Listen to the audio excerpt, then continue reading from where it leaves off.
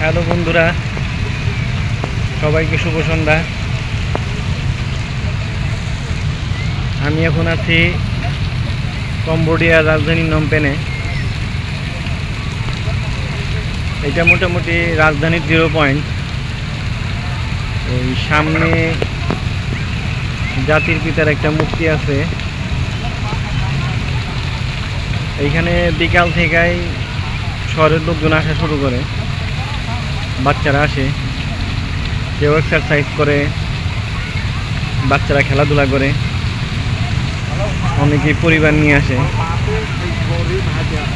আসলে বাংলাদেশের মধ্যে একটা নিরাপত্তাহীনতা না দেশটা, যে হাজব্যান্ড ওয়াইফ বেড়াইতে গেছে, হাজব্যান্ডকে বাইন্দা রেখে দর্শন করবে, এইখানে এগুলো চিন্তা করা যায় না। সবাই রাত বিরাতে পরিবার নিয়ে বের হয়, খাওয়া দাওয়া করে। চিন্তায় চুরি তেমন একটা নাই। আমি এইবার দিয়ে 5 বার ঢুকলাম এই দেশে। আমি কখনো কোনো খারাপ পরিস্থিতির শিকার হই নাই।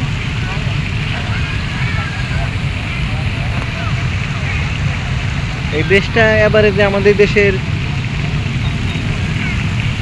চেয়ে ধনী না, রাজধানী সহ কয়েকটা শহর গোছানো।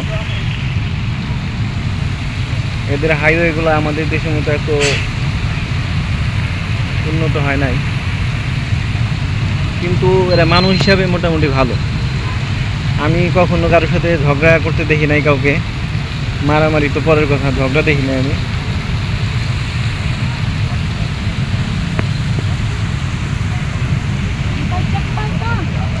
এদের আর একটা বিষয় ভালো লাগে, এরা বিদেশিদের সাথে তেমন একটা কথা বলে না।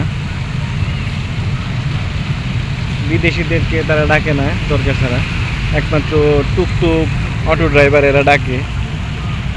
আপনি যদি অটো ড্রাইভার টুকটুক এদেরকে বলেন যে আমি এখন যাব না কোথাও, তাইলে আর আপনাকে কিছু বলবে না। অটো ড্রাইভার, টুকটুক ড্রাইভার, সিএনজি ড্রাইভার এরা মাঝে মধ্যে ডাকে। তাছাড়া সাধারণ পাবলিক বিদেশিদেরকে তেমন একটা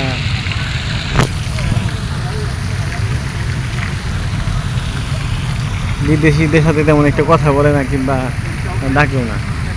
আপনি দোকানে গেলেন, একটা জিনিস কিনলেন, টাকা দিয়ে চলে আসলেন।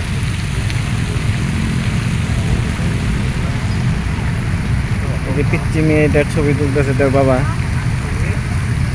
হ্যাঁ,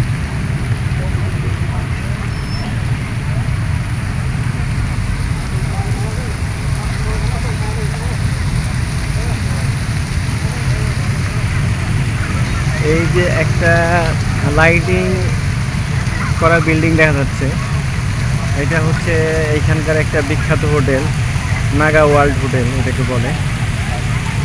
এই হোটেলের সাথে বাংলাদেশ একটু জড়িত আছে। আমি আপনাদেরকে বলি, কয়েক বছর আগে বাংলাদেশের ব্যাংক থেকে হ্যাকাররা অনেক টাকা চুরি করে, তার একটা অংশ এই হোটেলে চলে আসে। এইখানে অনেক জুয়ার বোর্ড আছে, কয়েক 5টা 6টা ফ্লোর শুধু জুয়া খেলার ব্যবস্থা।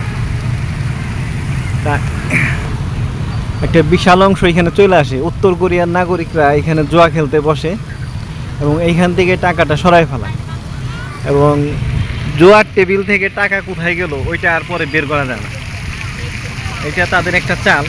তারা নিজেরা একটা বোর্ডে বসে, বৈশা ওই বাংলাদেশে তো ওই টাকাটা এখানে ঢুকায় এইখান থেকে ওরা সরাই ফেলায়।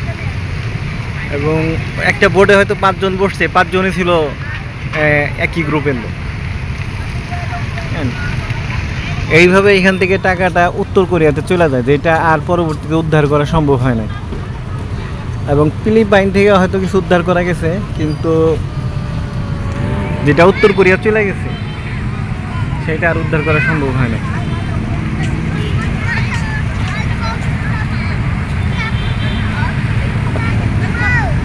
আচ্ছা বন্ধুরা, এই নমপেনের রাতের ভিডিওটা কেমন লাগলো জানাবেন।